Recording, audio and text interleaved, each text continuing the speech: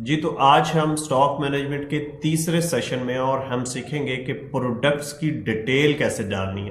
तो computer screen की तरफ आए ज़रा। यहाँ पे देखें जी, मैंने इस शीट को प्रोडक्ट डिटेल का नाम दिया हुआ है और इसमें आपके स्टोर, दुकान या वेयर हाउस में जितनी चीज़ें आई हैं वो इस शीट के अंदर आपने एंटर करनी है और इन आइटम्स को आपने कोड देने, इस तरह कोड देंगे आप और प्रोडक्ट नेम डालेंगे। यहाँ पे एक चीज का ख्याल रखना है कि कोड भी यूनिक होने चाहिए आपके और प्रोडक्ट का नाम भी यूनिक होना चाहिए।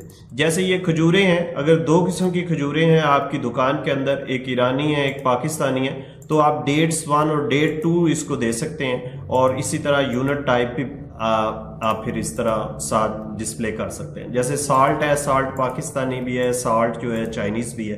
तो यहाँ पे आपने ख्याल रखना है कि ये आपकी यूनिक हो और आपके कोड भी यूनिक हो। इसी तरह यूनिट टाइप आप कर देंगे और फिर यहाँ पे आप प्राइस डाल देंगे। फिर आपने क्या करना है कि इस डाटे को आपने सिलेक्ट कर लेना है और इसका नाम आइटम्स, यहाँ पे नेम बॉक्स के अंदर ITEMS में इसको नाम दे देता हूं और ये आइटम्स आप इसको नाम दे देंगे इस पूरे डाटे को। तो अगले सेशन में हम डिस्कस करेंगे कि क्या क्या चीज़ें हमारी दुकान, हमारे कारोबार या हमारे वेयर हाउस में आई हैं। उस शीट को हम डिस्कस करने वाले हैं।